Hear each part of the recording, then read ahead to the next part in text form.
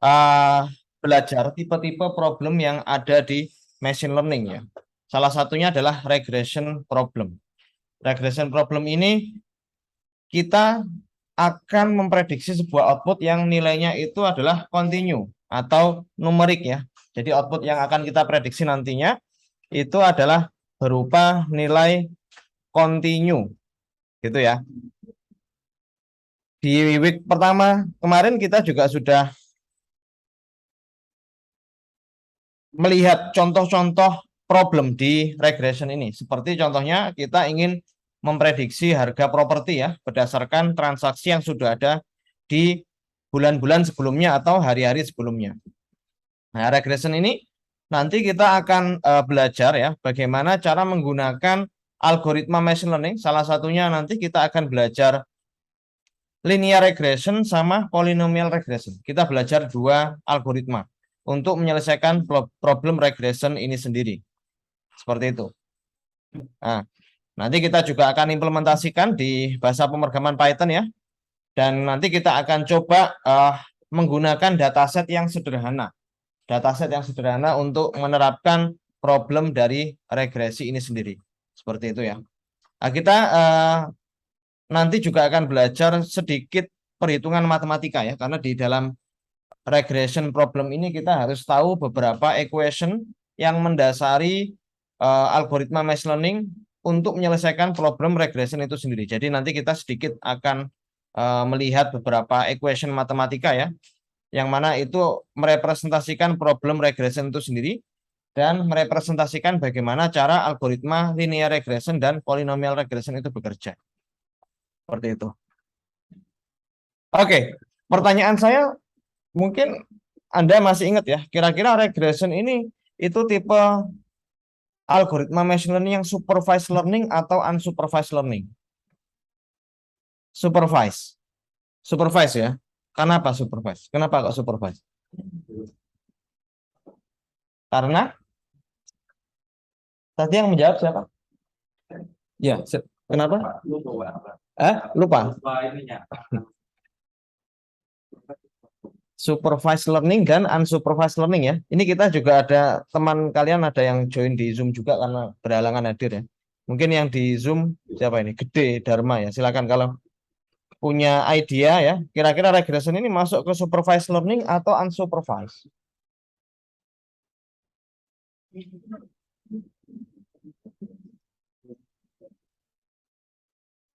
Oke, supervised ya, karena di algoritma regression di problem regression ini sendiri sepertinya supervised ya kalau menurut Dharma. Oke. Karena membutuhkan data terlebih dahulu. Oke, jadi supervised learning itu adalah algoritma yang membutuhkan proses training ya. Proses training. Jadi algoritma itu tidak serta-merta bisa langsung kita implementasikan ke data kita, tapi harus kita latih terlebih dahulu. Gitu ya. Supervised learning ini salah satunya ya algoritma yang ada di supervised learning adalah regression. Jadi nanti dataset kita akan kita bagi menjadi dua bagian. Dataset training dan dataset testing. Dataset training nanti kita sebut sebagai training set. Dataset testing kita sebut sebagai testing set ya atau test set. Oke, jadi kalau kita ingin menerapkan algoritma linear regression ya untuk menyelesaikan problem regression itu sendiri kita harus punya data awal terlebih dahulu yang nanti itu akan kita gunakan untuk memodelkan algoritma linear regressionnya seperti itu. Oke. Oke, kita mulai dari mendefinisikan terlebih dahulu ya. Apa itu regression model? Jadi regression model itu kita gunakan untuk memprediksi sebuah numerical output ya. Numerical outputnya ini kita sebut sebagai dependent variable. Dependent variable artinya outputnya ini bergantung kepada input features. Nah, output variabelnya itu adalah nilai yang mau kita prediksi.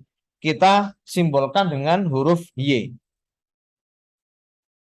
Jadi outputnya ini kita prediksi berdasarkan input fiturnya, yaitu independent variable. Independent variable ini kita sebut sebagai input fitur. Kita memprediksi output Y berdasarkan input fitur. Input fitur ini kita simbolkan dengan huruf X.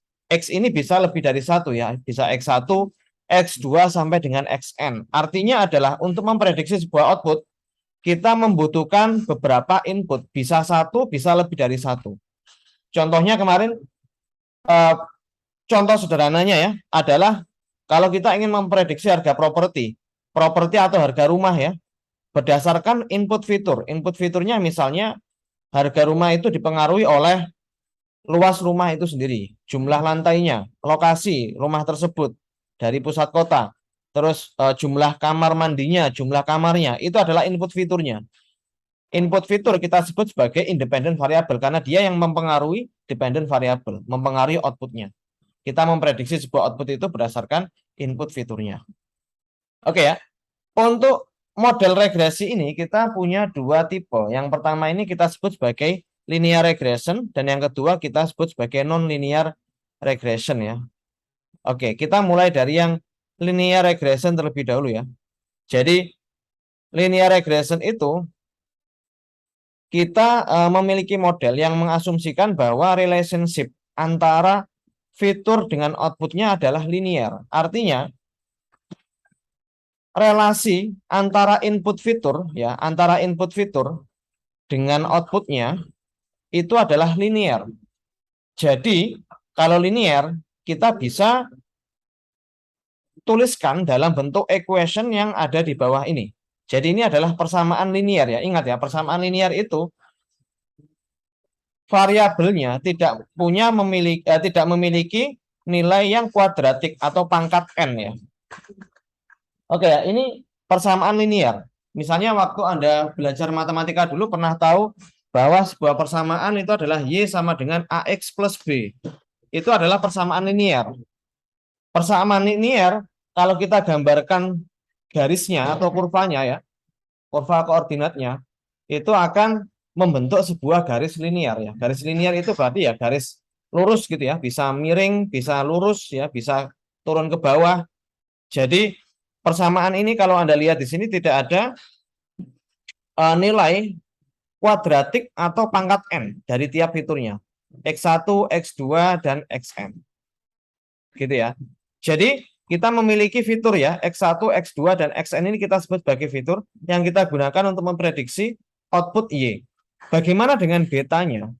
Beta ini kita sebut sebagai model parameter atau koefisien atau bisa kita sebut sebagai kita bisa sebut juga sebagai bobot. Bobot ini yang nanti akan kita atur, yang akan kita adjust ya, yang akan kita adjust untuk mendapatkan nilai Y yang paling mendekati output value-nya. Begitu ya. Jadi kalau kita lihat di sini persamaannya sederhana, linear. Relasi antara output dan input fiturnya adalah linear. Artinya kalau kita tuliskan dalam bentuk persamaan matematika ya, Y sama dengan beta 0, beta 1 sampai dengan beta n. Masing-masing betanya ini kita kalikan dengan X ya. Yang beta 0 ini enggak kita kalikan dengan X.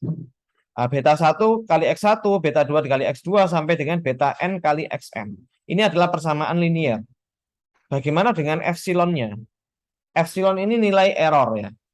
Jadi nilai error. Nilai error ini nanti kita bahas ya lebih lanjut ya. Yang penting di sini Anda tahu bahwa persamaan linear itu kalau kita lihat dalam bentuk equation-nya, dia tidak memiliki input yang bernilai pangkat ke n, seperti itu ya. Kalau kita gambarkan, mungkin Anda pernah ingat kalau Anda menggambarkan sebuah kurva, ya, itu ada kurva yang bentuknya parabola gitu ya. Kalau parabola berarti equation-nya adalah Y sama dengan fx sama dengan x kuadrat ya. Jadi ada nilai pangkat n-nya. Oke, sebentar. Itu ada siapa ya? Sebentar. Sebentar ya.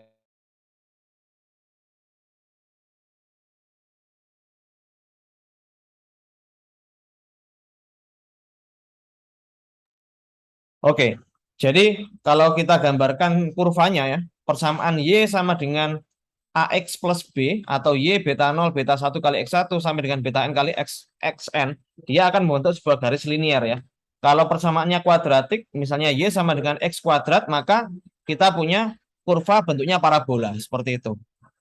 Nah, jadi Untuk tipe regresi model yang pertama ini kita sebut sebagai linear regression. Ini biasanya problem yang kita ingin selesaikan sederhana ya.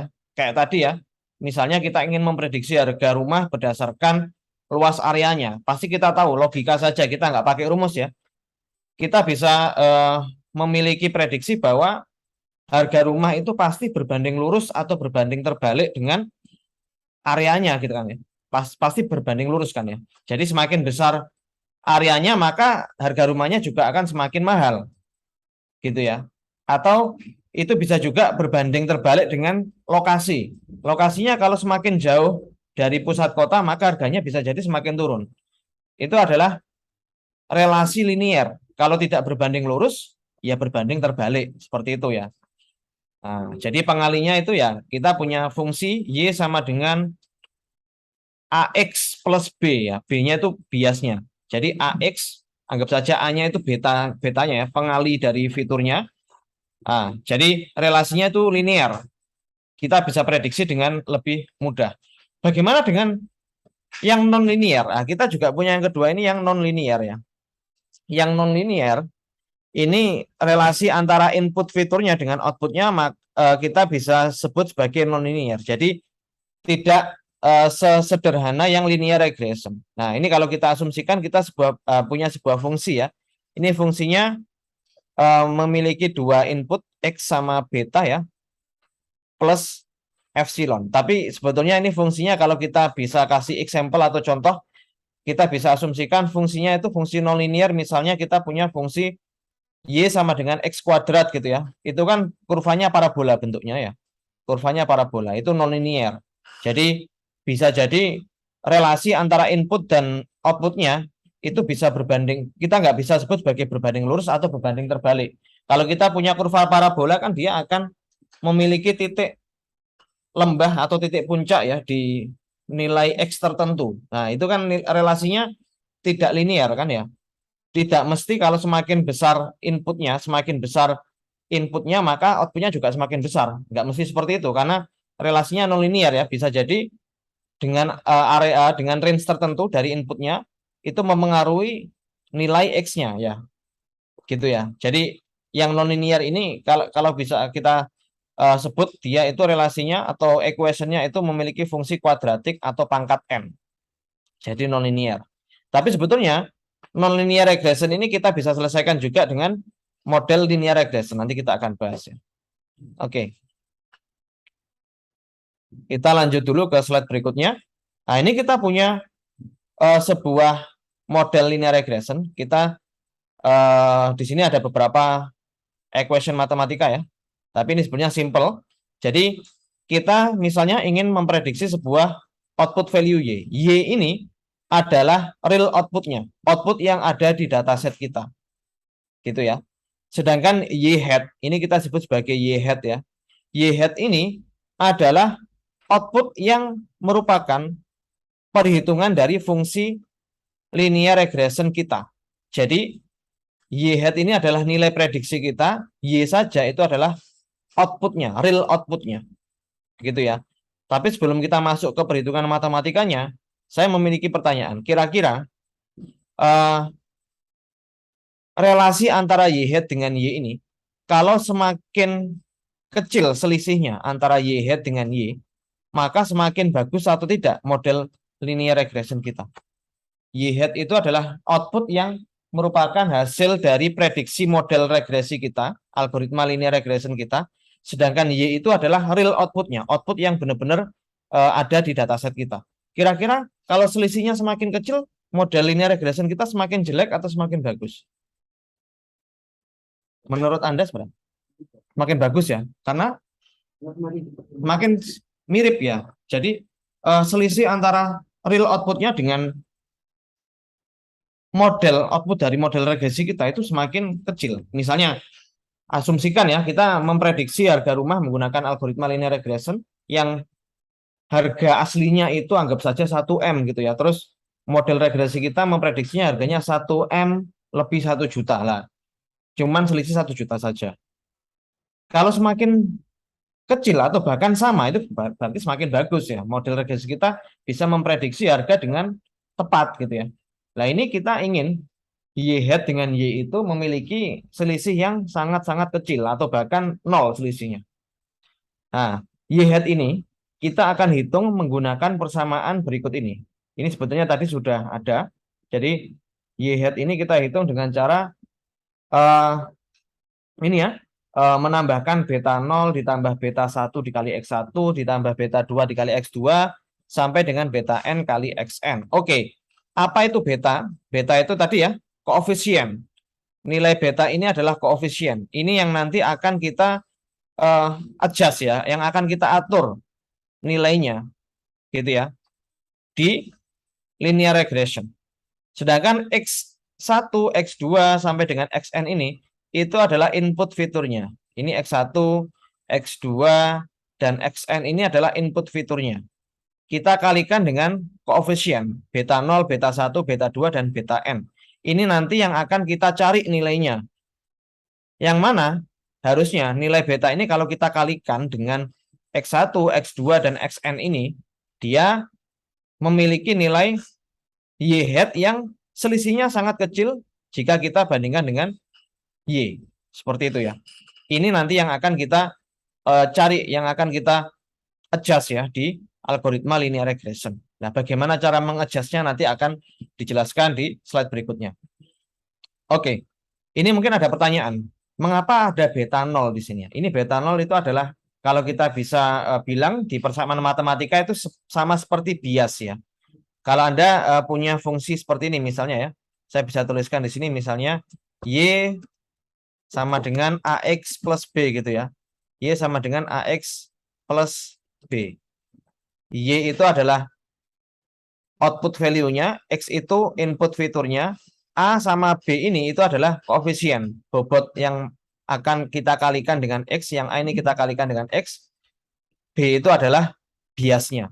Nah, kalau Anda ingat dulu, kalau kita punya sebuah ini ya, sebuah persamaan matematika, terus kalau kita punya nilai Y sama dengan AX plus B, anggap saja di sini kita punya fungsi itu Y sama dengan 2X plus 4.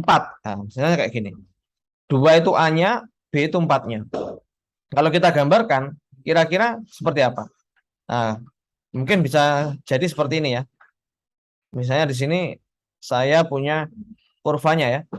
Jadi A ini sebetulnya kan dia itu ya, sudut kemiringannya ya. Semakin besar nilai A-nya ini misalnya anggap saja 2 ya.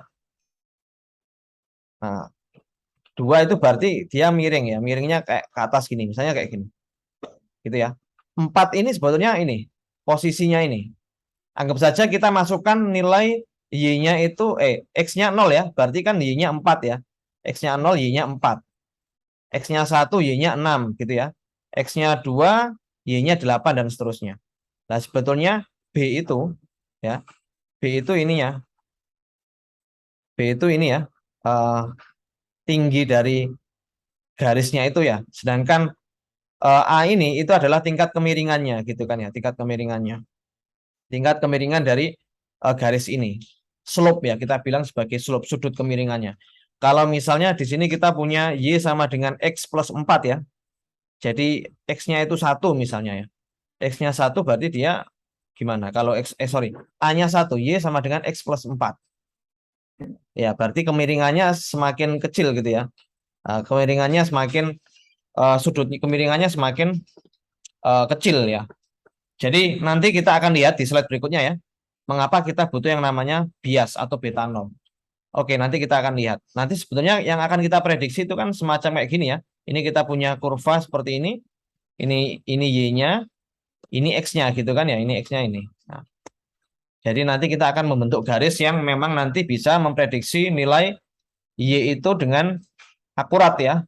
Sesuai dengan input fiturnya. Yang akan kita atur nanti adalah nilai koefisien bobot A dan B-nya ini. Oke. Nah, bagaimana caranya di sini? Kalau kita ingin, misalnya ya, kita ingin menghitung ya selisih antara Y hat dengan Y. Nah, kita kan menginginkan agar nilai beta 0, beta 1, beta 2 sampai dengan beta N ini nilainya tepat sehingga kita memiliki nilai Y hat yang memiliki selisih atau gap yang sangat kecil dengan Y-nya. Caranya kita bisa menggunakan yang namanya least square method ya. Least square method itu kita gunakan untuk mencari nilai ini, nilai beta 0, beta 1, beta 2 sampai dengan beta n. Kita menggunakan metode yang kita sebut sebagai least square method. Nanti akan dijelaskan lebih detail. Apa itu least square method ya? Jadi least square method itu tujuannya adalah meminimalisir nilai sum of square error atau SSE. Sum of square error ya. Itu adalah dengan cara menghitung ini ya, sum of square error itu adalah nilai kuadrat selisih antara real output dengan output dari prediksi model regresi kita. Ini kita cari selisihnya, terus kita kuadratkan, dan kita jumlahkan untuk semua observasi kita. Observasi kita itu kita lambangkan atau kita simbolkan dengan jumlah observasi kita simbolkan dengan huruf M. M itu adalah jumlah observasi kita. Misalnya kita punya data histori 100 transaksi penjualan rumah gitu ya. Berarti M-nya itu adalah 100. Dataset yang kita miliki jumlahnya, the number of dataset yang kita miliki itu adalah M. Kita simbolkan dengan huruf M. Jadi itu adalah jumlah dataset, jumlah observasi yang kita miliki. Nah, dari tiap observasi misalnya kita akan hitung ya errornya antara real outputnya dengan predicted value-nya, kita cari gap-nya, terus kita kuadratkan dan kita jumlahkan sehingga kita mendapatkan yang namanya sum of square error. Gitu ya. Oke, mungkin sampai sini ada pertanyaan dulu sebelum saya lanjut ke pembahasan selanjutnya. Ini memang itu ya, agak banyak persamaan matematikanya karena linear regression itu output yang mau kita prediksi kan memang itu ya, nilai numerik ya. Berarti perhitungannya memang sedikit banyak ya, agak banyak ya. Jadi tapi jangan khawatir, nanti untuk implementasinya kita bisa langsung menggunakan library di Python, di scikit-learn. Tapi kita juga bisa codingnya from scratch juga ya. Jadi kita masukkan rumus-rumusnya secara manual. Nanti kita akan coba satu persatu, baik itu yang menggunakan library maupun tanpa menggunakan library. Oke, ya mungkin sampai sini ada pertanyaan dulu. Ini saya sambil keliling ya. Ini kalau yang ada di Zoom apa gede-gede ya, Dharma, ini kalau memang ada pertanyaan bisa langsung chat saja, saya sambil keliling.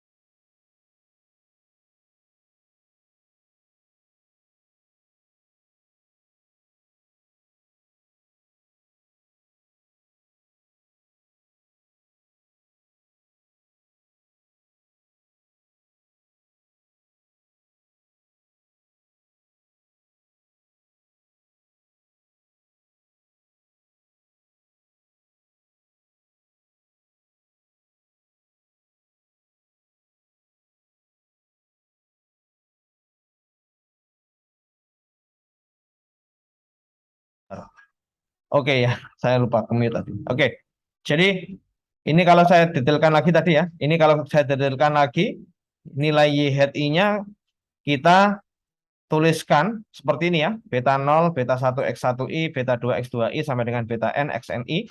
Ini kalau kita masukkan ke rumus sum of square error-nya terus kita kuadratkan ya nanti sama hasilnya ya dengan yang persamaan yang ada di atasnya.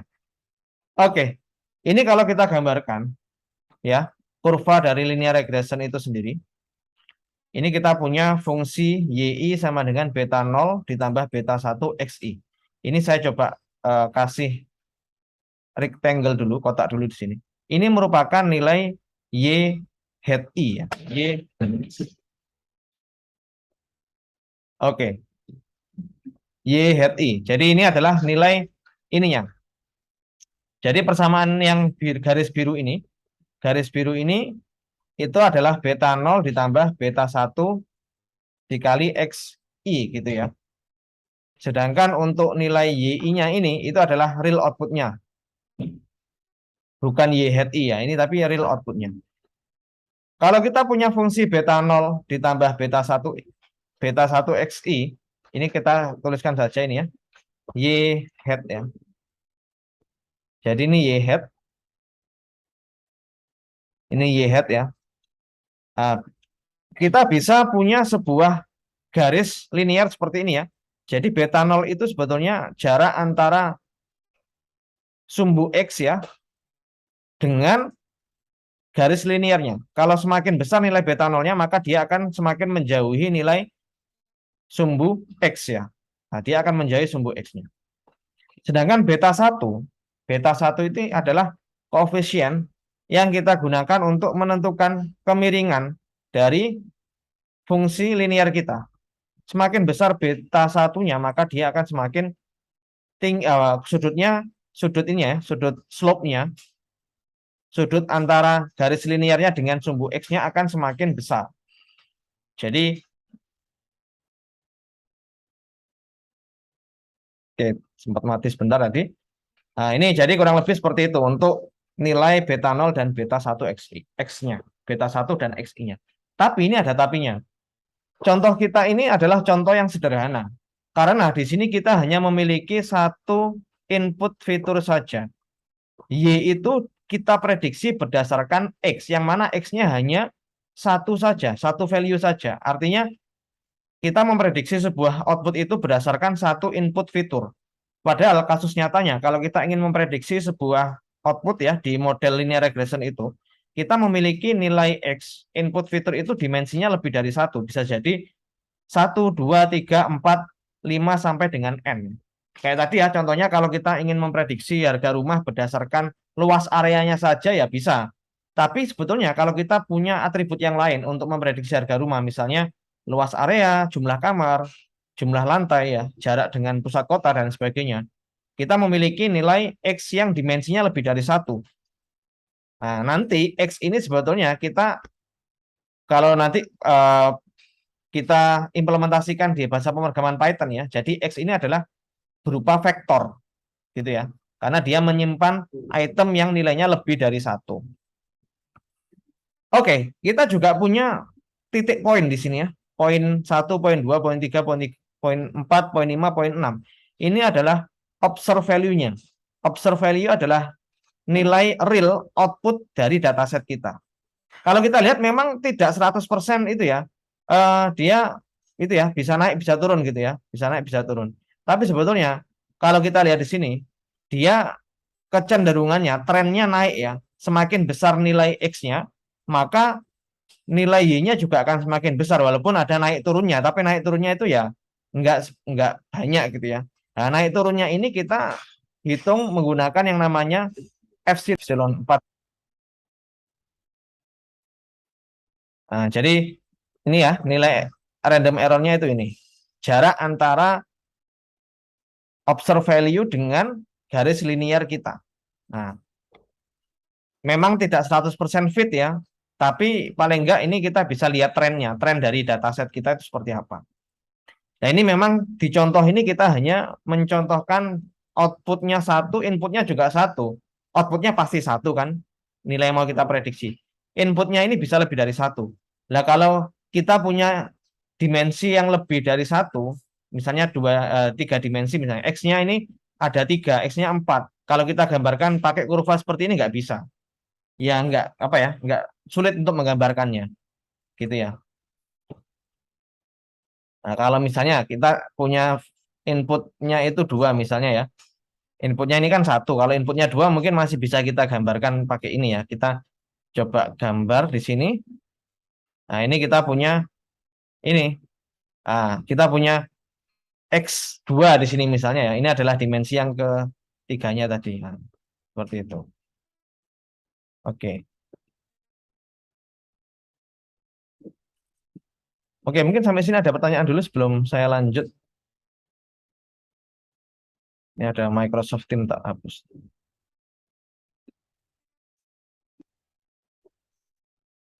Yes. Oke ya, jadi gitu.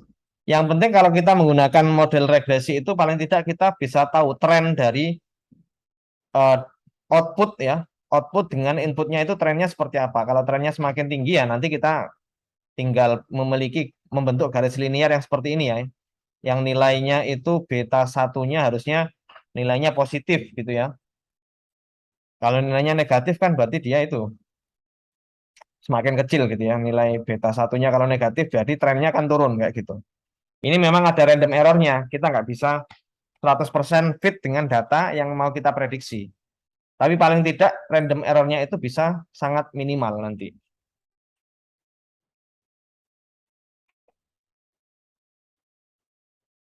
Oke, sampai sini mungkin ada pertanyaan dulu. Saya pause. Oke, kita lanjut. Nah, ini kita kembali ke equation persamaan untuk mencari nilai sum of square error atau SSE. SSE tadi kalau kita coba lihat di slide sebelumnya, rumusnya kan seperti ini ya. Dia mencari selisih antara real output dengan predicted outputnya, YI dengan Y aksen Y head I. Kita cari selisihnya, kita kuadratkan dan kita jumlahkan untuk semua observasi kita. Nah, ini kita kalau coba tuliskan equation-nya itu dalam bentuk vektor ya. Karena kan data Y-nya ini kita punya lebih dari satu ya. Y-nya kalau kita punya 100 observasi, berarti Y-nya ada 100 ya. Tiap observasi memiliki satu Y gitu kan ya. Begitu juga dengan X-nya. Ini X-nya itu kita lambangkan dengan X besar. Karena X besar ini dia kita anggap sebagai vektor juga. Jadi dia adalah kumpulan dari beberapa fitur untuk satu observasi. Gitu ya. Nah, Y dikurangi X dikali beta, kita transposkan, kita kalikan dengan Y minus X kali beta. Jadi artinya, Y ini kan dia itu ya, nilai outputnya. Kalau kita punya 100 observasi, berarti nilai Y-nya juga 100. X dikali beta ini, itu juga anggap saja kalau kita punya 100 observasi, berarti X dikali betanya juga 100 observasi kan ya. Ini kalau kita coba lihat di sini, kita gambarkan lagi di sini. Ini sebetulnya kan Y hat ya. Bentar, warnanya jangan ini. Ini Y hat ya. Ini Y hat. Y hat ya. Ini juga Y hat juga yang ini. Sama. Ini Y hat juga. Nah, Y hat itu kita hitung dengan cara mengalihkan vektor X dengan vektor beta. Pertanyaannya seperti ini. Beta sama X itu tadi kan dimensinya beda. Kalau kita mau mengalihkan dua buah vektor ya, yang dimensinya beda kan nggak bisa. Ini perkaliannya dot product ya. Ingat ya, dot product itu kalau kita mengalihkan dua buah matriks atau dua buah vektor akan menghasilkan nilai skalar. Satu nilai. Itu perkalian dot product. Bukan perkalian itu ya, perkalian matriks tapi dot products ya. Jadi ini kan X dikali beta, X kali beta. Terus Y minus X dikali beta itu kita kalikan dengan Y minus X kali beta. Ini kita transposkan. Ini kita transposkan biar bisa kita kalikan antar vektornya itu menghasilkan satu nilai skalar. Oke, jadi gini. Y itu kan ini. Y itu Y1, Y2 sampai dengan YM kita transposkan kan ya. Jadi Y itu anggap saja kita bisa gambarkan seperti ini. Ya, ini kita punya vektor Y yang isinya itu ada Y1, Y2, Y3, Y4 sampai dengan YM. Ini kita transposkan dulu. Kalau kita transposkan berarti nanti menjadi seperti ini kan. Kalau kita transposkan itu yang semula dia horizontal menjadi vertikal seperti ini ya. Nah, ini setelah kita transposkan. Ini transpose ya. Ingat ya, metrik transpose itu adalah mengubah row menjadi kolom, kolom menjadi row gitu kan. Nah, ini karena kita hanya memiliki satu row ya, tapi kolomnya banyak. Kalau kita transposekan jadinya kan seperti ini. Jadi Y-nya ini saya tuliskan Y ya. Anggap saja ini Y-nya. Ini Y, setelah kita transposekan jadinya seperti ini. Gitu kan ya. Nah, Y ini kita transposkan ya. Terus eh, kita kurangi dengan X dikali beta. Yang mana X itu seperti ini. ya. Beta itu seperti ini. Jadi eh, X sama beta ini kan sebetulnya memiliki dimensi yang berbeda. Kalau kita punya X itu satu X1, X2 sampai dengan Xn, kalau beta, beta 0, beta 1, beta 2 sampai dengan beta N. Nah ini kan Y itu sebetulnya, X ini sebetulnya dimensinya beda. Kalau kita nggak punya angka 1 di sini ya. Nah ini kan beda. Tapi karena X sama beta itu memiliki dimensi yang berbeda, maka kita tambahkan angka 1 di sini. Biar nanti kalau kita kalikan, dia akan membentuk sebuah fungsi Y hat tadi. Oke, jadi gini, saya coba clearkan dulu biar nggak bingung. Jadi di sini kita punya X, kita punya B ya. X ini kita tambahkan item 1 di sini ya. Kita tambahkan item 1 di sini gitu ya. Jadi kalau kita kalikan X dengan beta, bentar. X kali beta ya. Jadi X itu seperti ini. Anggap saja ini X ya. Ini beta gitu ya. Ini beta sudah kita transpose-kan jadinya kan seperti ini. Ini dimensinya anggap saja 1 kali N ya. 1 kali N karena row-nya 1, kolomnya N, sedangkan ini dimensinya adalah N kali 1 gitu ya. Nah, kalau kita memiliki perkalian matriks dot product antara vektor 1 dengan vektor 2, maka kita akan mendapatkan sebuah nilai skalar yang dimensinya adalah 1 kali 1 ya. Ini kita coretkan ya, 1 kali 1. Nah, dengan cara gimana? Kita mengalihkan antara item 1 dengan item 1 di X, 1 di X dan beta 0 di B, terus beta 0 X1 di X dan beta 1 di B dan seterusnya. Nah, kita tambahkan seperti ini ya. Ini sedikit mengulang apa mata kuliah linear algebra. Anda sudah dapat mata kuliah linear algebra nggak? Oh enggak. Oh ya. Linear algebra itu aljabar linear ya. Sekarang kan namanya linear algebra atau masih aljabar linear? Aljabar linear. Nah, itu kalau Anda pernah ingat dulu kalau kita punya dua matriks, kita lakukan dot product ya, itu akan menghasilkan satu nilai skalar gitu kan ya. Ya ini memang sedikit itu ya. Saya juga sebetulnya bukan dosen di linear algebra, kalau menjelaskan mungkin nggak sedetil dosen di linear algebra, tapi paling tidak seperti ini. Konsepnya kalau kita memiliki dua buah vektor yang dimensinya sama, kalau kita mau kalikan dengan dot product, ya kita harus transposkan vektor yang keduanya. Kalau X sama beta ini kan ya kita transposkan ya, nanti hasilnya seperti ini. Oke, ini hanya persamaan saja lah. Setelah kita memiliki nilai sum of square error yang sudah kita tuliskan dengan persamaan matriks seperti ini ya. Terus yang perlu kita lakukan adalah mengoptimisasi problemnya. Nah, bagaimana problem itu bisa kita selesaikan dengan optimal? Maka yang perlu kita lakukan adalah meminimalisir nilai sum of square error. SSE ini harus kita minimalkan agar kita bisa justifikasi bahwa model linear regresi saya adalah optimal karena memiliki nilai sum of square error yang sangat kecil. Nah, cara meminimalkan SSE ini kita bisa mengadjust, kita bisa mengatur nilai betanya. Gitu ya. Nilai beta ini akan kita kustomisasi gitu ya, akan kita kustomisasi agar nilai sum of square error-nya itu minimal. Nah, ini kita sebut sebagai least square method ya. Kita meminimalisir sebuah nilai fungsi yaitu sum of square error berdasarkan nilai beta. Beta ini adalah koefisiennya. Nah, bagaimana cara meminimalisirnya? Nah, cara meminimalisirnya kita bisa menghitung yang namanya partial derivatif ya. Oke, ini sedikit mengulang juga mata kuliah matematik atau matematika. Waktu Anda SMA dulu pernah menghitung nilai turunan nggak? Nilai turunan, diferensial. Nah, derivatif itu basicnya dari perhitungan diferensial. Kalau kita punya fungsi SSE, yang mana SSE ini tadi ya, SSE itu ini. Nah, ini kita bisa minimalisir dengan cara mengupdate bobotnya, mengatur bobot beta ini. Nah, kita bisa atur menggunakan partial derivatif. Jadi fungsi SSE ini kita turunkan ya with respect to beta. Jadi SSE ini kita turunkan yang mana variabel turunannya itu adalah betanya.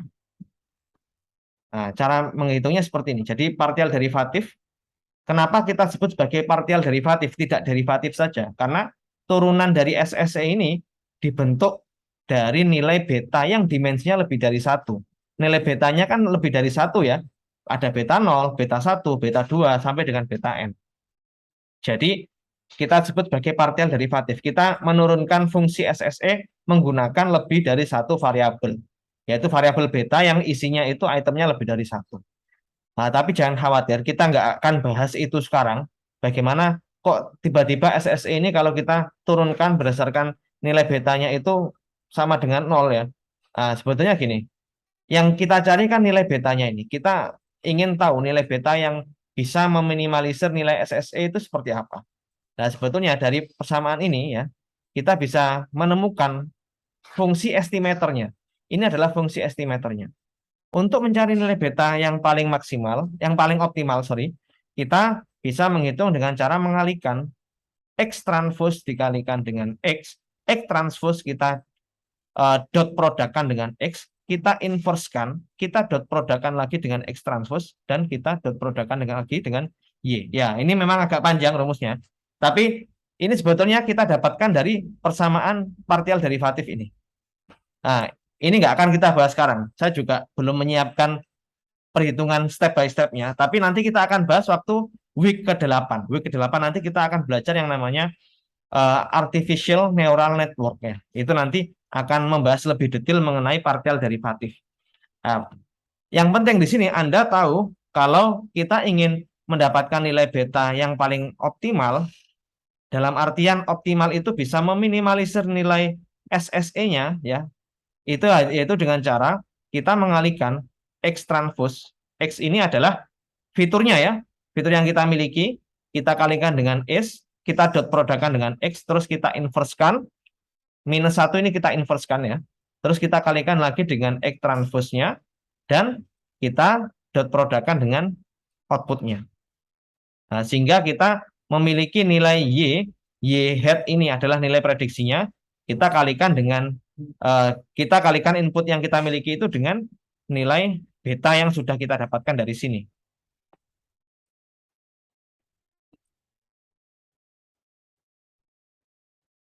Oke, jadi tadi ya kuncinya adalah kalau kita ingin menggunakan model linear regression, kita harus tahu nilai koefisien, nilai beta yang paling optimal.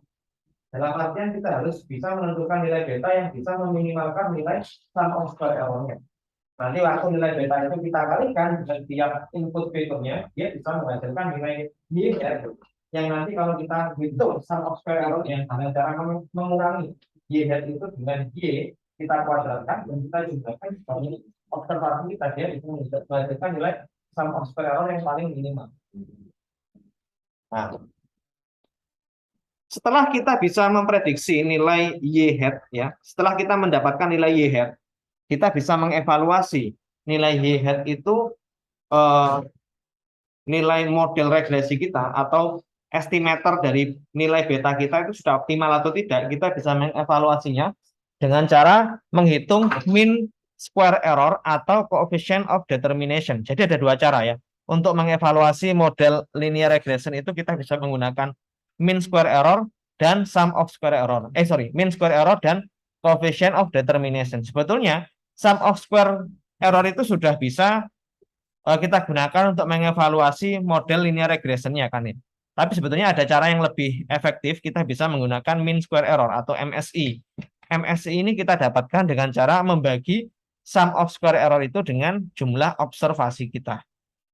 Misalnya kita punya data 100 ya, berarti sum of square error yang kita dapatkan dari ke 100 data kita itu kita bagi dengan 100 M-nya.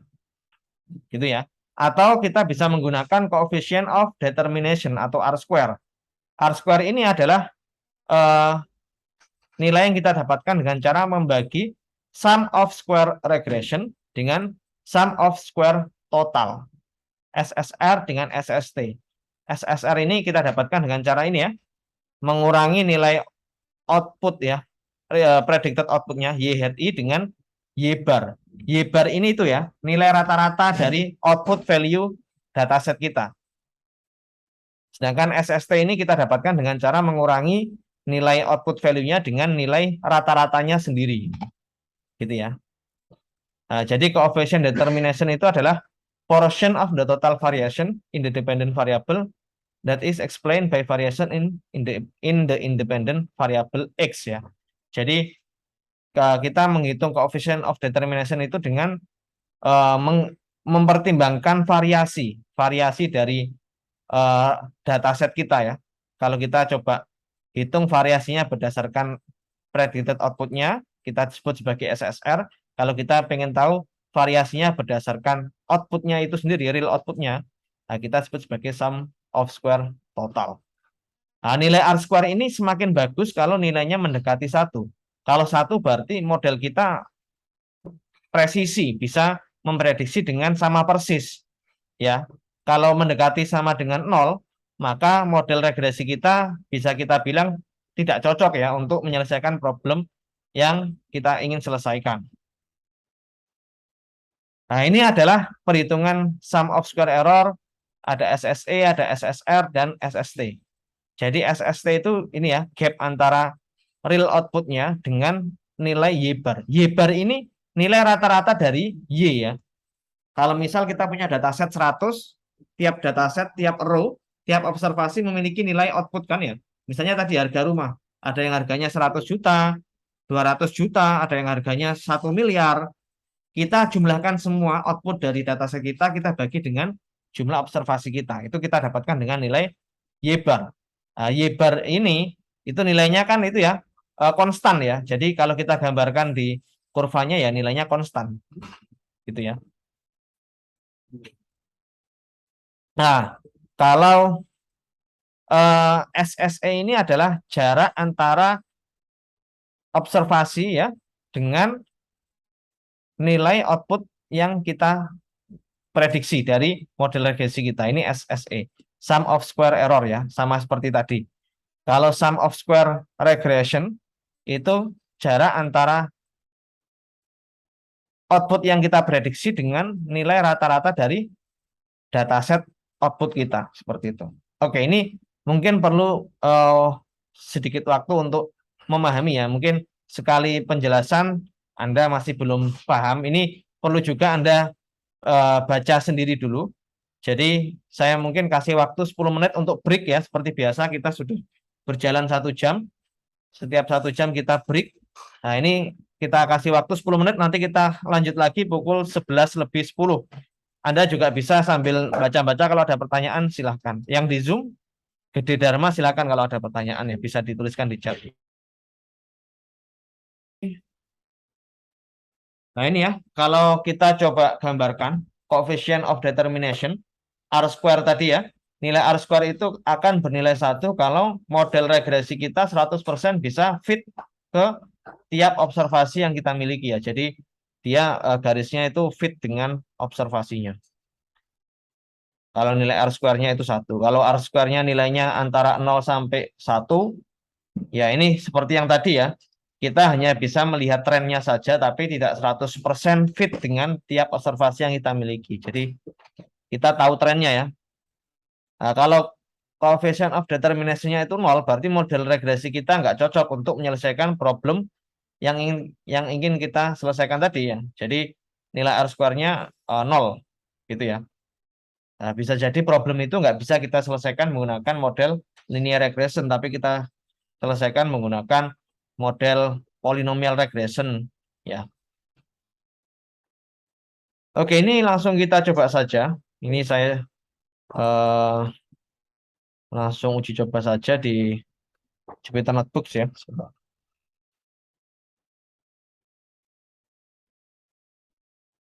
Nah, ini kita awali dengan membuat datasetnya dulu ya. Jadi kita coba membuat datasetnya itu yang simple saja. Datasetnya kita generate secara manual di Google Colab ya, di Python. Ini saya namai dulu, namanya ML Week 3 KPB. Oke, jadi yang pertama ini saya coba tambahkan title-nya dulu biar nanti nggak bingung. Eh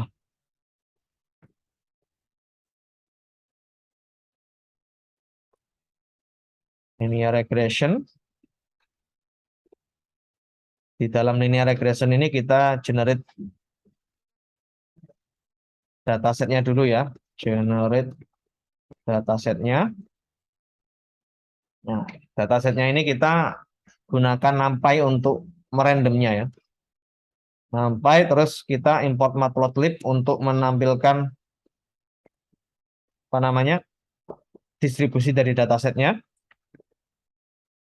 Terus kita generate datasetnya itu terus kita taruh di sebuah variabel X. X itu kita dapatkan dari kita mengenerate angka 0 sampai 39 ya. np.range 40 itu berarti kita generate nilai mulai dari 0 sampai 39.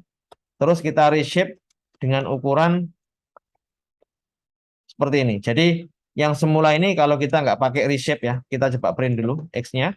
Ini kalau kita nggak pakai ini, jadi dia kan mengenerate data sebanyak 40 yang mana isinya itu 0 sampai 39 ya. Kalau kita reshape berarti kita transfuskan. Datanya itu kita transfuskan. Dimensinya kita ubah gitu ya. Bentar, ini masih loading. Ini kalau kita reshape ya menjadi minus 1,1 ini artinya kita transfuskan datanya ya. Nah, kenapa kita transfuskan? Nanti akan Anda tahu setelah di code berikutnya ya. Jadi ini kita transfuskan dulu datanya menggunakan reshape. Nah, ini kita coba random panggil fungsi random ya. Fungsi random ini sebetulnya kita gunakan untuk mengenerate errornya. Karena sebetulnya problem linear regression itu tidak 100% linear ya, tapi ada yang namanya random errornya. Random errornya yang tadi ya. Random errornya itu di sini tadi. Yang fungsinya tadi kan ini ya. Nah, ada random errornya mana tadi? Nah, ini ada error randomnya kan di sini ya. Jadi kita generate random errornya itu menggunakan fungsi distribusi normal ya. Jadi randomnya itu kita random dengan hasil randomnya itu nanti memiliki angka nilai mu atau nilai rata-ratanya 0, standar deviasinya 5. Jadi 0 sama 5 ini merepresentasikan 0 itu rata-ratanya, minnya, 5 itu standar deviasinya atau sigmanya. Nah, nilai randomnya ini, E-nya ini, nilai randomnya itu nanti kita generate menggunakan NumPy ya, np.random.normal dengan ukuran shape-nya itu 40,1. Jadi ini kita random, angkanya kita random, min sama max-nya kita nggak tahu, tapi hasil randomnya nanti itu memiliki nilai rata-rata 0 dan standar deviasi 5. Sedangkan nilai E ini nanti, variabel E ini memiliki shape 40,1 sama dengan X ya. Jadi dimensinya sama dengan shape, sama dengan X ya. Shape-nya sama dengan X. X sama E ini nanti memiliki shape yang sama. Oke, kita coba print E-nya dulu ya. Nah, E ini seperti ini ya. Jadi dia punya nilai random ya. Yang mana nanti kalau nilai randomnya ini kita jumlahkan terus kita bagi dengan 40 ya, nanti rata-ratanya 0. Standar deviasinya persebarannya itu 5 seperti itu ya. Nah, setelah itu kita membuat sebuah fungsi Y. Y ini sebetulnya kan ya realnya ya, real datasetnya, real outputnya. Itu dengan cara membuat fungsi 4 tambah 3 dikalikan dengan X ditambah E. Jadi 4 ditambah 3 dikali X tambah E ya. Ini kan sama dengan ini sebetulnya ya. Nah, ini adalah fungsi realnya ya. Y, beta 0, beta 1, X1, beta 2, X2. Tapi kita asumsikan kita hanya memiliki nilai input fitur satu saja, X1 saja. X2 sampai dengan Xn-nya nggak ada. Terus kita sudah generate nilai errornya tadi. Jadi seperti ini kan ya. 4 ditambah 3 dikali X tambah E. Nah, ini kita punya fungsi Y-nya seperti ini. Yang nanti akan kita prediksikan ini sebetulnya ya, nilai ini. Tapi nanti fungsi Y hat kita nggak punya E, hanya punya beta 0 sama beta 1 saja. Ya, kita harapkan beta 0 sama beta 1-nya itu walaupun tidak ada E-nya, dia nilainya itu bisa mendekati nilai Y ini. Oke, kita sudah punya datasetnya seperti ini. Kita coba plotkan ya. plt.plot X, Y. Jadi X-nya sebagai sumbu X-nya, Y-nya sebagai sumbu Y-nya. Terus kita kasih warna merah, bintang merah ya, untuk tiap poinnya. Nah, kita tambahkan X label, X ya, dan Y label. Seperti ini. Terus kita show.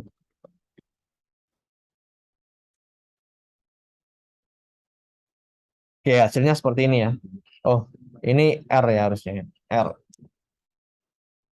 Nah, ini ada dataset kita. Nanti yang akan kita lakukan, nanti kita akan membentuk garis linear ya di sini ya. Di sini kita akan bentuk garis linear ya. Nah, yang seperti ini kan ya. Nanti pengennya kan kita yang garis linear itu yang bisa memiliki nilai mean square error yang kecil ya. Kalau kita bandingkan dengan real outputnya kan. Nah, ini ininya ya apa namanya naik turunnya ini ya beta satunya kan ya. Sedangkan ininya, bentar, ini kalau itu nggak bisa ya.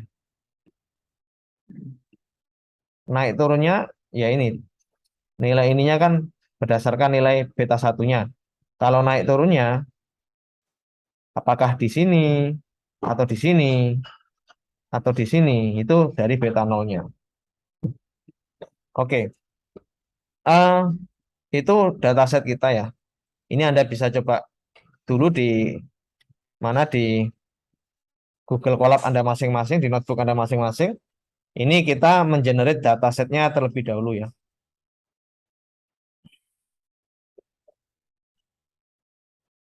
Oke.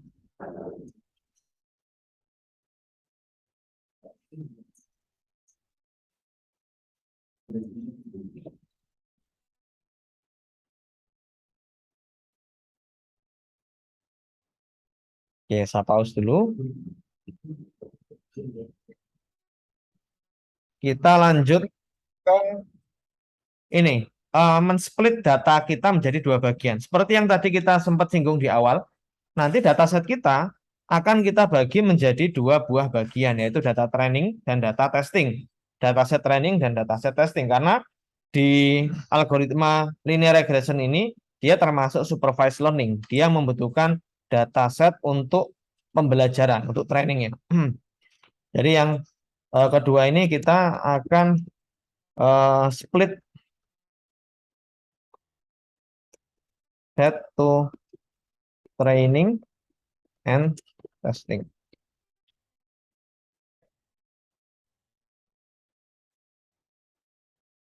Oke, split dataset to training dan testing ya. Di sini saya akan menggunakan fungsi dari scikit-learn, yaitu model selection ya, scikit-learn model selection. Jadi untuk splitting datasetnya itu kita bisa gunakan langsung library dari scikit-learn, yaitu train test import train test split ya, import train test split. Nah, ini untuk splitting datasetnya menjadi dua bagian. Terus di sini saya juga sekalian import mean square error ya untuk menghitung atau untuk mengevaluasi model regresi kita. Nah, kita import mean square error seperti ini. Nah, kita sudah import di sini. Nah, terus kita langsung saja dataset kita yang tadi sebelumnya kita generate tadi ya, itu adalah Y sama X kan ya. X sama Y. X ini independent variabelnya, Y itu dependent variabelnya. Ini input fiturnya, ini outputnya kan ya. Nah, kita bagi menjadi dua bagian. Kita bikin variabel X train, terus X test, dan Y train, dan juga Y test. Jadi X train sama Y train itu dataset trainingnya, X test sama Y test itu dataset testingnya. Ini kan itu ya, satu pair ya. Tiap dataset kan kita harus punya input fitur sama outputnya. Nah, ini kita panggil metode train test split seperti ini. Nah, train test split ini memiliki beberapa parameter. Parameter pertama adalah dataset kita yang utuh tadi, yang belum kita split. Ya, X sama Y. Parameter satu, kedua itu input fitur dan output fitur dari dataset kita yang utuh, yang belum kita bagi menjadi training sama testing. Terus parameter ketiga ini kita butuhkan yaitu test size-nya. Test size itu adalah proporsi dari dataset testing kita. Kita tentukan 0,4, berarti dari 40 ya. X-nya tadi ada 40 ya. 40%-nya akan kita jadikan sebagai dataset testing. Sisanya 60%-nya kita akan gunakan sebagai dataset training. Jadi kalau 40%-nya dari 40 ya sekitar 16. 16 itu kita gunakan untuk testing, 24-nya kita gunakan untuk training. Terus kita tambahkan lagi random state di sini. Ini adalah state randomnya ya. Nanti membagi dataset training sama testingnya itu kan tidak manual ya. Maksudnya tidak urut ya. Jadi random. 40% itu diambil dari dataset kita secara keseluruhan tapi secara random. Nah, ini kita tuliskan random state-nya sama dengan 1 biar nanti kalau kita samakan nilai state-nya itu 1, nanti baik di notebook saya maupun di notebook kalian nilainya sama nanti. Pembagiannya itu dataset training sama testingnya, item-item yang dijadikan dataset testing sama trainingnya bisa jadi sama. Jadi ini random state-nya kita tentukan sama dengan 1. Oke, ini kita eksekusi ya. Oke, setelah itu kita prosesnya adalah setelah kita splitting dataset training sama testing, tahapan ketiga ini adalah 1.3 kita estimate ya, estimate betanya. Beta 0 sama beta 1-nya. Oke, untuk mengestimate nilai betanya ini, kita coba definisikan dulu sebuah variabel baru yaitu X. X ini kita dapatkan dengan cara mengkombinasikan np.concatenate ya. Kita kombinasikan antara dataset tadi, dataset itu ya, dataset trainingnya ya, X train-nya, kita kombinasikan dengan NumPy, sebuah NumPy yang isinya itu nilai 1 ya, np.once. np.once itu kita gunakan untuk mengenerate sebuah NumPy array yang isinya itu 1 semua. Dengan ukuran shape-nya itu sama dengan X-train. Nah, jadi seperti ini. Nah, seperti ini np.concatenate ya. np.one xtrain.shape, xtrain ya. Bentar. Ya. Ini ya. Oke, np.concatenate. Terus kita kombinasikan nilai 1 NumPy array yang isinya 1 semua yang memiliki shape yang sama dengan xtrain. Kita kombinasikan dengan xtrain pada aksis sama dengan 1. Jadi ini kita coba print ya, X-nya dulu. Kita coba bandingkan X dengan ini ya. Kita coba print dulu yang X besarnya. Itu jadinya kan X. Gini, sebentar. Concatenate. Oh ya. Concatenate ya. Nah, nilainya kan gini ya. Ada ketambahan nilai 1-nya. Ini kenapa ketambahan nilai 1? Karena kalau kita kembali lagi ke slide-nya, ini di sini kita tambahkan nilai 1 di X-nya kan. Biar nanti kalau kita kalikan dengan beta, kita memiliki fungsi Y hat yang hasilnya seperti ini. Ini ya. Beta 0, beta 1 X1, I, beta 2 X2I, dan seterusnya beta N kali XNI. Nah, ini kita tambahkan nilai 1 ya di sini. Biar nanti kalau kita kalikan dengan beta, kita bisa membentuk fungsi Y hat ya, yang bisa menyimpan nilai beta 0-nya. Oke. Nah, untuk menghitung betanya, oke, ini saya lebih baik kalau saya coba kecilkan ini. Oke. Nah, ini kita sudah punya X-nya. Nah, kita coba kembali ke sini untuk menghitung nilai ini ya, menghitung nilai ini ya, estimator for beta ini, beta beta ini ya, beta hat ini. Ini kan yang mau kita cari nilai betanya yang paling bisa mengoptimisasi problem kita, yaitu dengan meminimalisir nilai SSE-nya. Nah, kita coba hitung nilai betanya itu dengan cara seperti ini. Nah, kita panggil fungsi inverse ya. Ini kan ada di dalam fungsi inverse. X transpose dot X ini ada di dalam fungsi inverse. Jadi kita coba panggil dulu fungsi inverse-nya. Kita bisa gunakan np.lineout.inverse. Gini ya. Di dalamnya ini kita masukkan ya. Di sini kita masukkan X transpose dikalikan dengan X. Jadi X transpose X.T itu otomatis akan mentransposkan nilai X ini. X dot transpose ya, dot X ya, gini ya. Jadi X transpose dot X ini ya. X transpose dot X kita inversekan. Setelah kita inversekan, kita dotkan lagi dengan X transpose ya. X transpose ya. Setelah itu kita dotkan lagi dengan Y. Seperti ini. Oke. Jadi betanya kita hitung seperti ini ya. Line up dot inverse. Ini Y-nya Y train ya, sorry. Y-nya harusnya Y train. Karena kan kita masih proses training ya. Tahapan training. Jadi Y-nya kita ambil dari Y train-nya. Nah, setelah itu kita print betanya. Kita coba eksekusi. Nah, betanya nilainya 3,4 sama 3. Kalau kita bandingkan dengan fungsi Y-nya, ini kan nilai beta satunya hampir sama ya dengan nilai 3. Tapi yang ini, nilai kita punya kita 3,4 sekian. Ya memang tidak 100% sama dengan 4. Karena ada random error function-nya tadi ya. Ada random error-nya di sini kan ya. Jadi dia mengeneralisasikan fungsi Y hat itu. Yang penting nanti kalau kita hitung nilai SSE-nya bakalan nilainya minimum. Nah, ini kita sudah punya nilai betanya. 3,4 sekian sama 3,03.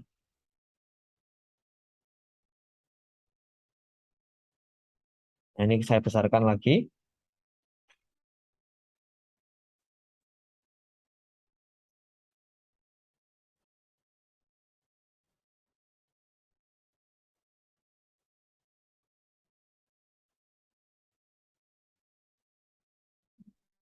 Ada error kan? Kalau ada error, bisa tanyakan. Perkalian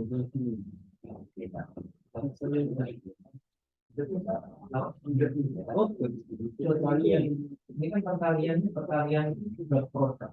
Jadi kalau kita lihat itu bukan pakai titik tapi dot itu perkalian berproduk, perkalian antar vektor atau ingat ya kalau berproduk itu kalau kita punya dua matriks ya yang dimensinya misalnya 1 kali n kali 1 kalau kita kalikan pakai berproduk akan menghasilkan nilai skala. Jadi nilai skala itu dimensinya dia menghasilkan 1 kali. Jadi gitu. Kenapa function? Kalau function berarti itu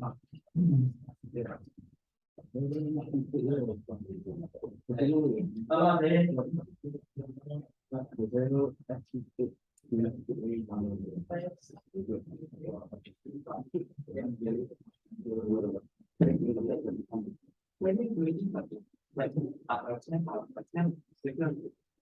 X-nya itu sama dengan X-nya yang ini. Ini kalau kamu berikan ini berarti tapi X sama Y yang ini kamu sudah pakai yang penting. X sama Y yang ini kan penting. Nah, ini kita bisa dia kita mengatakan bahwa X yang penting itu keseluruhan dari ngomongan ini. Kalau yang kecil itu data, yang besar itu kan yang terjadi kan nilai 1 itu kan kita konversi dengan ini.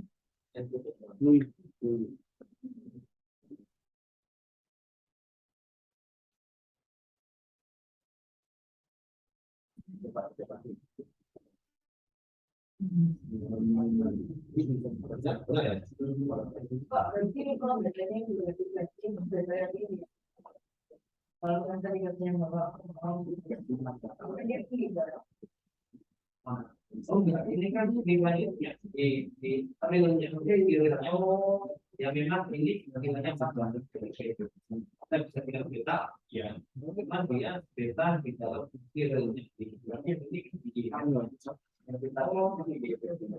di dalam dia juga nah betanya itu nggak ada ini karena ini kan benar yang bisa kita lakukan aja mengenai saja kan punya ini jadi nggak tahu MFP-nya apa punya apa jadi benar gitu. Nanti di akhir mungkin akan ada tugas tugasnya ada kerjakan karena kemarin di week 1 sampai week sekarang week berapa week 3 ya week 1 sampai week 2 masih belum ada tugas week 3 ada tugas nanti Anda kerjakan kami yang satu minggu yaitu untuk beberapa kali eksperimen ya nanti saya akan menilai tugasnya itu berdasarkan nilai MSE sama R square yang Anda dapatkan. Kalau nilai MSI-nya kecil sama nilai R square-nya besar mendekati 1, berarti nanti nilainya ya bagus. Nah, nanti saya coba hitung berdasarkan nilai MSI. Anda bisa terapkan algoritma linear regression, Anda kombinasikan dengan metode progressing yang sudah kita pelajari sebelumnya. Pakai apa? Scaling, min-max scaler, atau pakai standar scaler ya. Terus pakai apa namanya noise removal ya. Silakan Anda.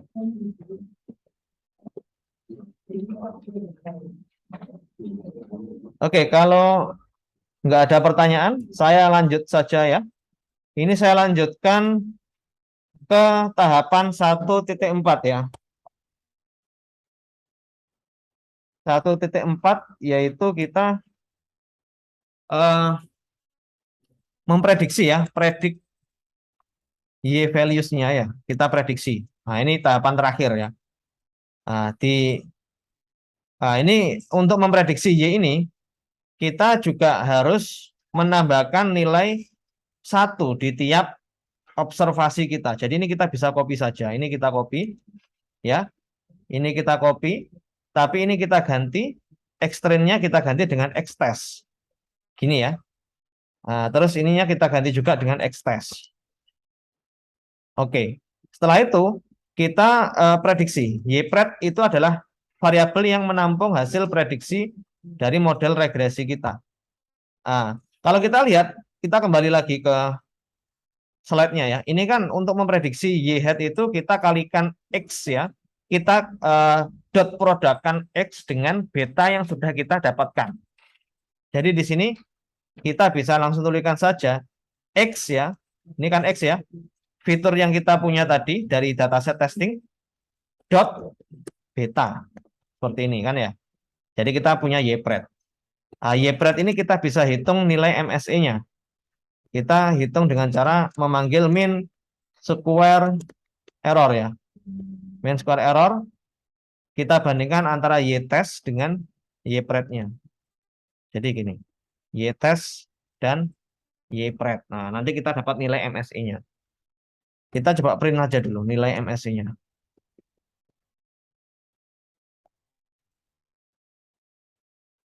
Nilai MSE-nya 15, sekian ya. Bisa kita bilang kecil ya. Karena rentangnya juga antara 0 sampai 40 ya. Data kita kan antara 0 sampai 40. Jadi MSE-nya 15. Ini adalah nilai yang paling optimal dari model regresi kita. Nah, ini kita coba bisa plotting. Kita plottingkan X-test dengan Y-test ya. Jadi X-test sama Y-test ini kita coba plotting ya. Seperti ini, kita coba plotting dulu X-test sama Y-testnya kan seperti ini ya. Nah, ini setelah kita prediksi nanti, ini kita plotting lagi. Antara, tadi kan modelnya sudah kita dapat ya. Jadi X-nya ya X-test tetap, cuma Y-testnya ini kita ganti dengan Ypred ya. Karena kita, Ypred. Sekalian kita tambahkan X label sama Y labelnya. Seperti ini. Nah, kita punya fungsi regresi. Ini adalah fungsi yang kita hasilkan dari model regresi kita yang warnanya biru ini. Gitu ya.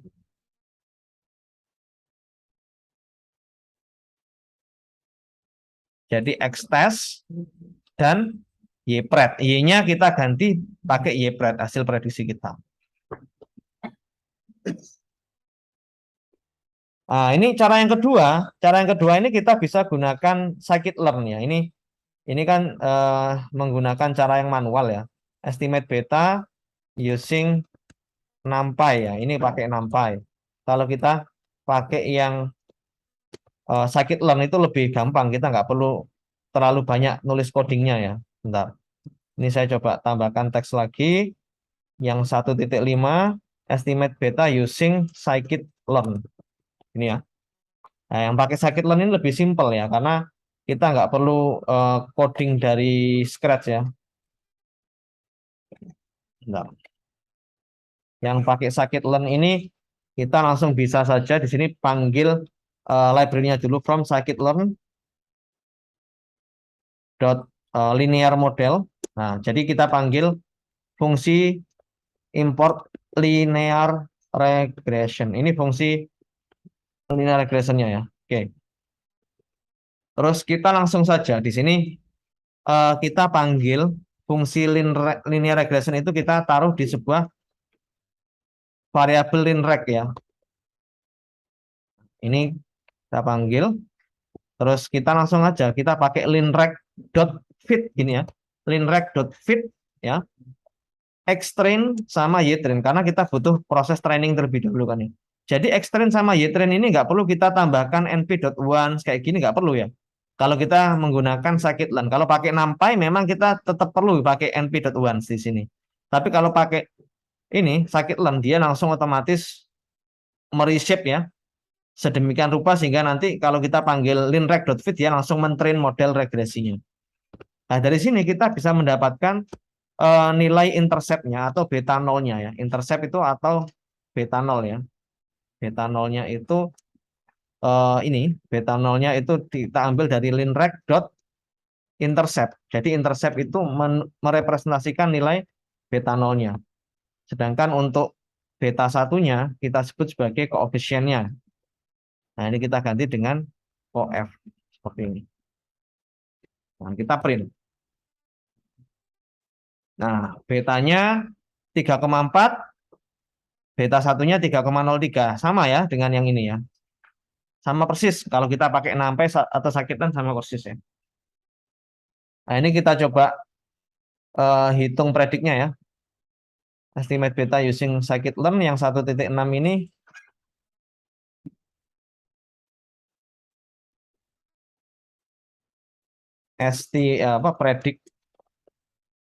predik Y using scikit-learn.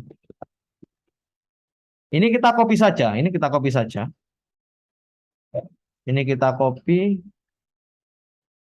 Mungkin ini aja yang kita copy. Ini sama ininya kan beda ya. Kita copy yang dari yang sebelumnya, kita paste di sini. Tapi di sini kita tambahkan ypred-nya itu, sorry. Ypred ini kita hitung dengan cara memanggil fungsi linreg ya. Linreg.predict ytest. Gitu ya. Sorry, xtest. Nah, ini kita sudah dapat ypred-nya. Kalau untuk memprediksi langsung panggil predict xtest gitu ya. Untuk train langsung fit xtrain ytrain. Setelah kita fitkan, kita langsung panggil linreg.predict xtest. Sudah dapat ypred-nya. Gitu ya. Nah, ypred-nya sudah dapat. Kita juga bisa menghitung R-square-nya ya. R-square itu kita bisa hitung dengan cara memanggil fungsi linreg.score. Nah, seperti ini. Linreg.score xtest, ytest. Kita dapat nilai R-square-nya.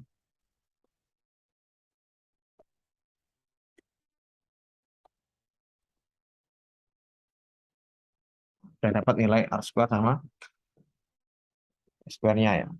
Harusnya sama persis hasilnya nanti. Sama ya. MSE-nya 15. Kalau kita pakai NumPy kita nggak bisa itu ya menghitung langsung nilai R-square-nya. Nilai coefficient of determination-nya nggak bisa kita hitung langsung. Tapi kalau pakai scikit-learn kita bisa hitung ya.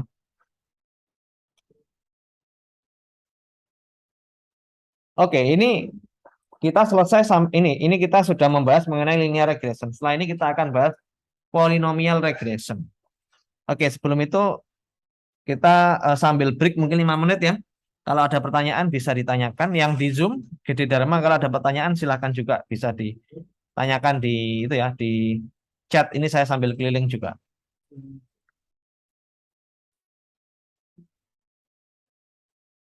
Oke, model polynomial regression ini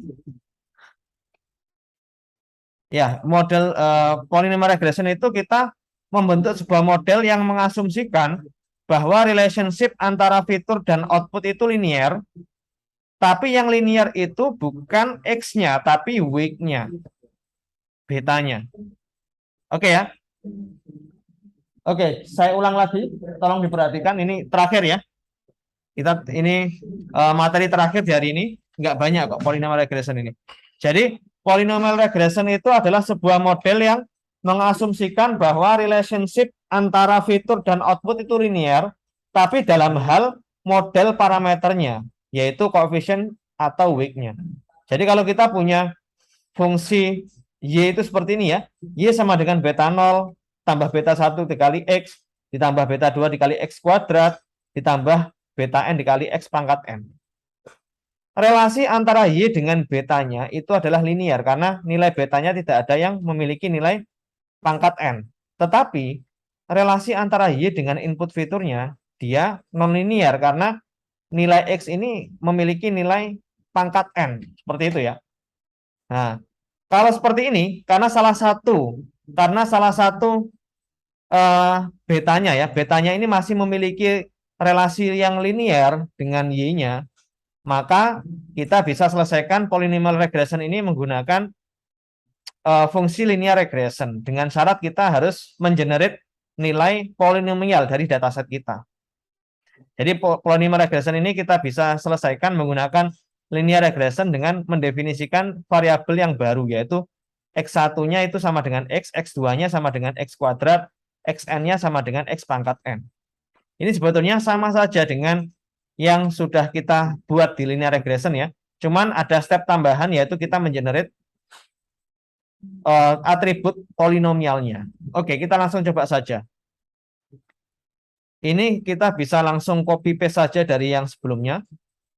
Oke ya, ini saya copy paste dari generate datasetnya. Ini saya beli teks dulu. Poly yang dua ya, poly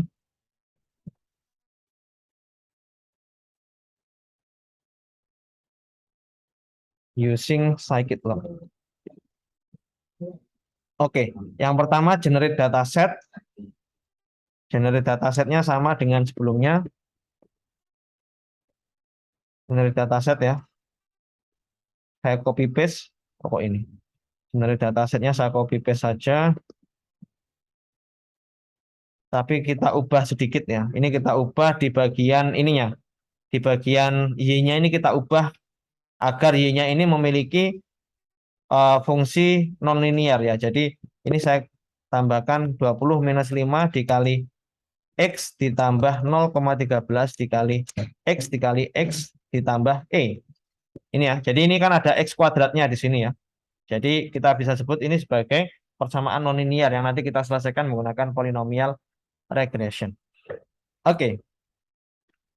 Ini kita coba print, kita eksekusi ya. Ini kita dapat seperti ini apa namanya? Fungsinya ya. Gambarnya, distribusi datanya. Nah, setelah itu kita split ya, datasetnya kita split. 2.2 split dataset to training and testing. Oke, ini kita bisa copy juga dari yang sebelumnya. Ya, splitnya tadi ini ya. Kita copy. Oke, ini kita hapus. Ini ya. Nah, kita sudah split ya, terus kita tambahkan lagi. Ini ada step tambahan yang berbeda dengan sebelumnya, yaitu kita generate polynomial features. Jadi fitur yang kita miliki tadi asumsinya kan hanya satu ya, hanya X saja di sini kan ya, hanya X ya. Tapi sebetulnya X ini memiliki nilai polinomial di sini ya. Jadi di sini kita bisa tambahkan fungsi generate polynomial feature. Ini sebetulnya sudah Anda pelajari di data preprocessing kemarin ya. Kita bisa panggil from scikit-learn dot preprocessing import polynomial features. Nah, ini sudah kita pelajari kemarin sebetulnya. Nah, kita generate polynomial features-nya itu, jadi polyfit ini kita gunakan untuk menampung ini ya, menampung algoritma polynomial features-nya, metode polynomial features-nya itu dengan degree-nya itu 2. Nah, degree-nya 2, jadi ini include biasnya kita false-kan saja, biar nanti tidak ada angka 1 di polynomial features-nya gitu ya. Oke, ini kok pre-processing scikit-learn. Oke, scikit-learn. Oke ya, masih error. Oke, udah. Nah, ini kita generate polynomial features-nya. Nah, di sini kita bikin variabel extrain poly ya. Extrain poly ini sama dengan polyfit ya. Jadi ini kita panggil atributnya dot fit transform. Fit transform. Jadi mengenerate polynomial features-nya itu berdasarkan data trainingnya ya. Nah, polyfit dot fit transform extrain. Sedangkan yang xtest polynya ini kita bisa copy saja. Ini kita ganti dengan xtest poly sama dengan polyfit dot transform saja. Untuk yang dataset testingnya pakai yang transform saja. Jadi ini kita sudah mendapatkan dua buah data training, xtrain sama xtest sama xtrain. Ini kita sudah generate polynomial features-nya. Xtest poly. Bentar, saya coba cek dulu ini kenapa ada merah. Oke, nggak ada ya, nggak ada masalah. Oke, sudah kita generate polynomial features-nya. Langkah selanjutnya ini kita itu ya, estimate beta ya, estimate betanya. Betanya kita estimate. Untuk mengestimate beta ini kita bisa gunakan ini ya. Sama kayak sebelumnya ini kita bisa copy paste saja sebentar. Ini kita bisa copy paste dari sini ya, yang pakai scikit-learn saja. Ini kita copy paste estimate betanya ya. Ini kita ganti dengan extrain poly. Oke ya, seperti ini. Extrain poly. Oke, kita sudah mendapatkan nilai betanya 22, beta 0-nya 22, beta 1 dan beta 2-nya ini. Karena kan kita punya dua beta. Betanya ada 3, beta 0, beta 1 sama beta 2. Beta 2 ini merupakan koefisien untuk polynomial features-nya. Oke.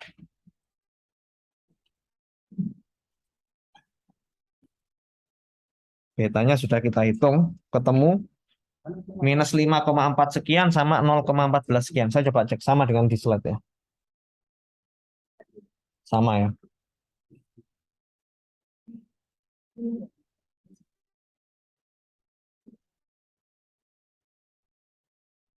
Oke, ini sudah kita estimate betanya. Kita coba memprediksi ininya ya. Kita prediksi 2.5 ini predik Y, values ya. Kita prediksi nilai Y-nya.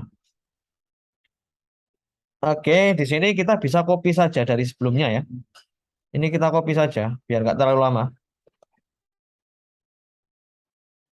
Oke, kita copy di sini predik Y values-nya. Y-pred sama dengan linrect predik xtest poly. Ini kita ganti dengan poly. Ini kita juga ganti dengan poly. Ini kita komen dulu. Kita coba hitung MSE sama R-square-nya dulu.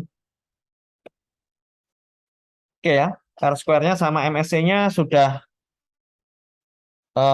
tidak jauh berbeda dengan model regresi linear sebelumnya ya. Mendekati 1 R-square-nya. Nah ini setelah itu kita coba plotting. X-test, Y-test.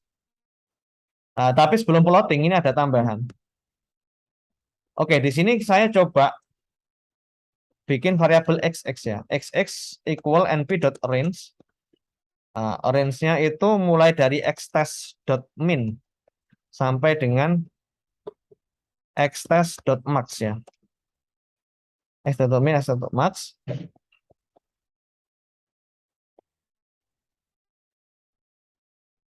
Oke, jadi gini. XX ini sebetulnya adalah variabel baru X ya, yang mana dia nilainya itu antara xtest min sama xtest max. Jadi nilainya minnya itu dimulai dari nilai paling kecil dari dataset testing sampai dengan nilai paling besar di dataset testing tersebut. Jadi kita arrange ya. Kita generate data itu dengan nilai minimal xtest min sampai xtest max ya. Dengan jarak antara satu item dengan item yang lainnya itu dengan nilai 0,01. Terus kita reshape menjadi minus 1,1. Setelah itu, XX ini kita generate juga data, kita generate juga polynomial features-nya. Jadi kita panggil XX poly sama dengan polyfit gini ya, polyfit dot transform. Oke, nanti saya jelaskan lebih detail lagi. Transform XX. Jadi XX ini kita juga generate polynomial features-nya ya. Nah, sedangkan untuk YY-nya itu sama dengan linrect dot predict ya. Linrect dot predict kita predik dari XX poly-nya ini. Oke, nanti saya jelaskan lebih detail. Terus ini kita plotkan plt.plotnya ini kita ganti. Oh, ini tetap ya. Ini tetap ya. Terus yang kedua ini kita ganti plt.plotnya ini bukan xtest dan ypret tapi xx dan yy. Ininya sama. Oke ya, jadi gini. Kenapa kok kita pakai xx sama yy? Karena sebetulnya kalau kita samakan dengan model linear regression sebelumnya ya, itu kalau kita lihat di sini kan ini sebetulnya datasetnya kan ini ya, dataset testingnya ini dan ini kan ya. Jadi dataset testingnya itu berada antara ini dan ini, gitu ya. Nah kita coba mengenerate data itu mulai dari ini sampai ini, ya kita generate datanya XX ya dengan jarak 0,01 dari tiap datanya itu. Tujuannya biar kita bisa menggambarkan garis non linearnya ini, kurva parabolanya ini biar bisa terlihat gitu ya.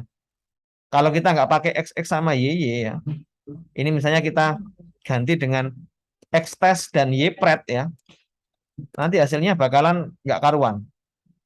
Nah, jadi dia kayak ini ya, karena kan dataset kita nggak urut gitu ya, artinya adalah dataset kita nggak linear gitu ya. Jadi kita harus ganti dengan XX dan YY.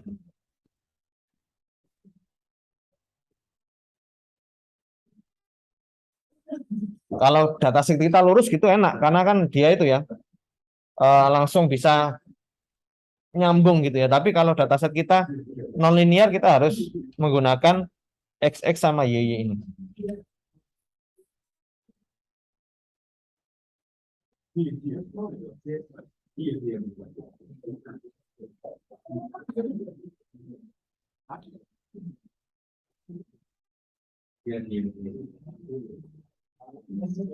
Dan juga kalau kita menggunakan dataset sebelumnya dia kan urut ya. Antara datasetnya satu, yang kedua, yang ketiga pasti dia urut semakin membesar gitu ya. Kalau ini kan nggak mesti gitu ya.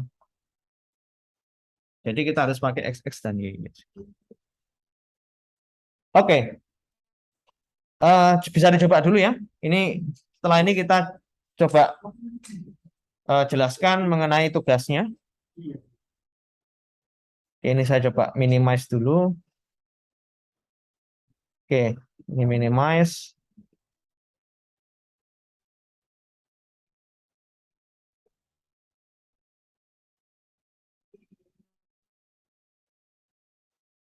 Oke ya. Ya, silakan. Bentar.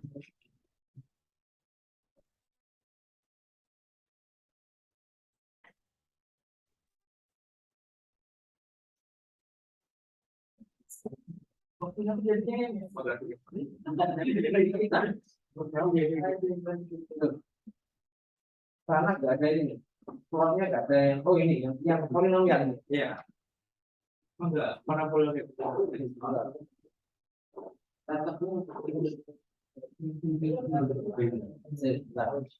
Maksudnya bagaimana? Coba di lambat.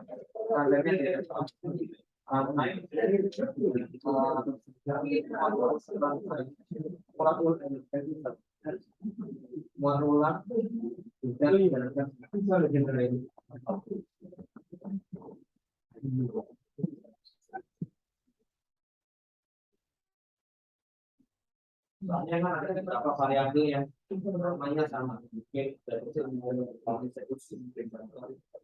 Oh iya. Karena mungkin ini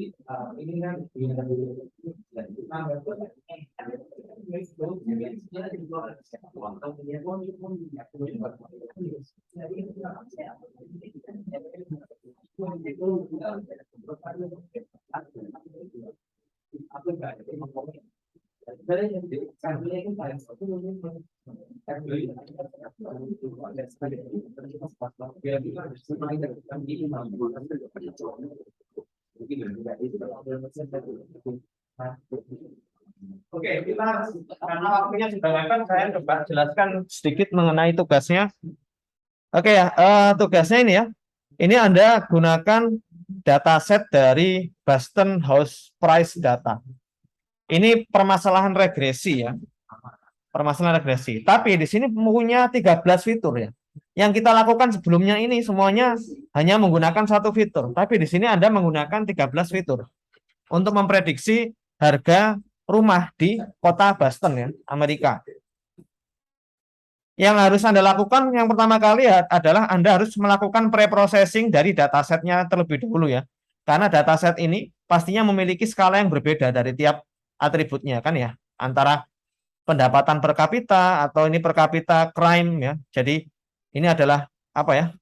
Crime itu berarti jumlah kejahatan di kota itu ya. Terus atribut-atribut yang lain itu semuanya memiliki skala yang berbeda. Jadi Anda harus melakukan pre-processing terlebih dahulu. Terus Anda bisa pilih semua fitur itu dijadikan fitur atau beberapa saja. Silakan Anda bisa bisa atur sendiri. Apakah mau menggunakan semua fitur atau fitur-fitur tertentu saja. Ini bisa dicoba-coba ya. Terus Anda split datasetnya itu menjadi 60% untuk training, 40%-nya untuk testing, dan random state-nya sama dengan 1, biar nanti kita punya standar ya, agar nanti bisa kita bandingkan antara pekerjaan kalian dengan pekerjaan teman kalian. Jadi kita bisa hitung nanti MSI sama R-square-nya dengan random state yang sama gitu ya. Nah, evaluasi modelnya itu menggunakan MSE dan R-square yang punya nilai MSE yang rendah dan R-square yang tinggi, maka model Anda bisa dikatakan bagus seperti itu. Nah, nanti saya coba lihat MSC sama R-square dari pekerjaan Anda. Kan bisa jadi beda-beda kan ya. Yang satu misalnya saya menggunakan semua fitur, terus teman kalian menggunakan fitur tertentu saja, 6 fitur saja. Terus pre-processingnya teman kalian menggunakan min-max scaler, kalau saya menggunakan standard scaler. Terus pre-processing dari teman saya tidak menggunakan outlier detection, kalau saya pakai data outlier detection, kan bisa beda-beda. Eksperimennya bisa beda-beda. Nah ini pasti nggak ada yang sama codingannya kan ya. Jadi Anda kerjakan sendiri, nanti yang mendapatkan nilai MSE paling rendah, maka akan mendapatkan nilai tugas yang bagus. Seperti itu. Oke, jadi itu untuk perkuliahan kita hari ini. Saya